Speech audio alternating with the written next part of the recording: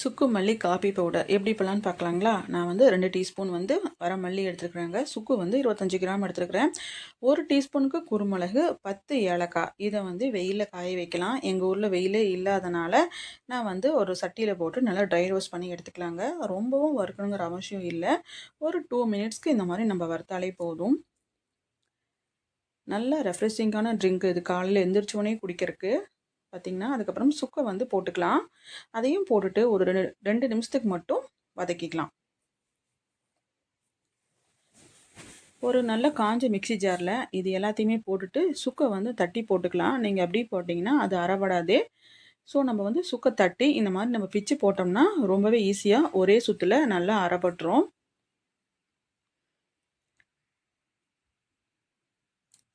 நல்லா தொண்டைக்கு இதமாக, நல்லா இந்த குளிர் காலத்தில் மழை காலத்துலலாம் இது நல்லா குடித்தோம்னா நல்லா இருக்கும், நல்லா சூப்பராக இருக்கும். இப்போ பார்த்தீங்கன்னா இதை நல்லா பவுட்ரு பண்ணி அரைச்சிக்கலாம். பார்த்திங்கன்னா இந்த அளவுக்கு நல்லா இதை பவுட்ரு பண்ணி அரைச்சிட்டு ஒரு பாட்டிலில் நம்ம ஸ்டோர் பண்ணி 2 மாதத்துக்கு வெளியே வச்சா சுத்தமாக கெடவே கெடாதுங்க, அப்படியே இருக்கும். நல்லா ஃப்ரெஷ்ஷான பாலில் நல்லா சுக்கு பால் போட்டு நம்ம வந்து காஃபி வச்சு குடித்தோம்னா ரொம்பவே சூப்பராக இருக்கும். பார்த்திங்கன்னா ஃப்ரெஷ்ஷான பால் வாங்கியாச்சு, பால் காட்டுருந்து. இப்போ வந்து நம்ம வந்து அந்த பாலில் 1 டம்ளர் ஊற்றி 1 டீஸ்பூன் சுக்கு, பால் கொதிச்சதுக்கப்புறம் தான் நம்ம சுக்கு பவுட்ரு போடணும். ஃபஸ்ட்டே போட்டிங்கன்னா பிரிக்கிறதுக்கு வாய்ப்பு இருக்குது. அதுக்கப்புறமா பார்த்திங்கன்னா நாட்டு சர்க்கரை நான் 1 டீஸ்பூன் போட்டுக்கிறேன். சுக்கு பவுடர் 1 டீஸ்பூன், நம்ம அரைச்சி வச்சுக்கிற பவுடர் வந்து அது 1 டீஸ்பூன் போட்டிருக்கிறேன். இதை நல்லா மிக்ஸ் பண்ணி கொடுத்துக்கலாம். இந்த மாதிரி நல்லா ஒரு கொதி வரட்டும். பார்த்திங்கன்னா இந்த மாதிரி அதுக்கப்புறமா ஒரு டம்ளரில் நம்ம வந்து ஃபில்ட்ரு பண்ணிக்கலாம். இந்த மாதிரி வச்சு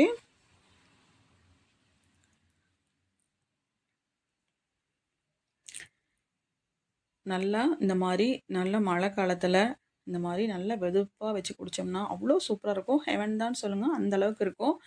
எங்கள் ஊரில் பார்த்தீங்கன்னா செம மழை, 2 மாதமாகவே மழை பெஞ்சிக்கிட்டே இருக்கிறதுனால அந்த மழைக்கு இதமாக இந்த சுக்குப்பால் ரொம்பவே சூப்பராக இருக்கும்.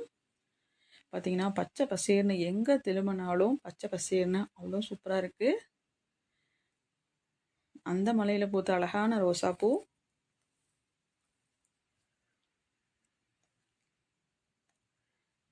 ரொம்ப சூப்பராக இருக்குது. பார்த்தீங்கன்னா மறக்காமல் ட்ரை பண்ணி பார்த்துட்டு எப்படி இருக்குன்னு சொல்லுங்கள். வீடியோ பிடிச்சா லைக் பண்ணுங்கள், ஷேர் பண்ணுங்கள், ஃபாலோ பண்ணி சப்ஸ்கிரைப் பண்ணிக்கோங்க. தேங்க்ஸ் ஃபார் வாட்சிங்.